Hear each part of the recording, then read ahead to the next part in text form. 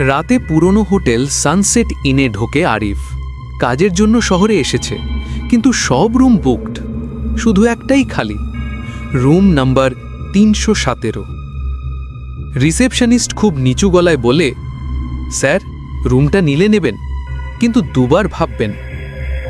আরিফ হেসে বলে, ভূতের ভয় আমার নেই, রুম দাও। রুমে ঢুকতেই দরজা নিজে নিজে টিক শব্দে বন্ধ হয়ে যায়। ঘরের বাতি জ্বালতেই প্রথমেই চোখে পড়ে দেয়ালের ওপর দাগ। মনে হয় কাউকে শক্ত করে দেয়ালে ঠেসে ধরা হয়েছিল। টেবিলের ড্রয়ার খুলতেই একটা পুরনো চাবি, চাবির গায়ে খোদাই করা, ডোন্ট ইউজ। হঠাৎ পিছন থেকে চাবির গোঙানি মতো শব্দ। আরিফ ঘুরে তাকায়, রুমে কেউ নেই, শুধু পর্দা নরম বাতাসে নড়ছে। বেডের নিচে হঠাৎ মোবাইলের ফ্ল্যাশ জ্বলে ওঠে।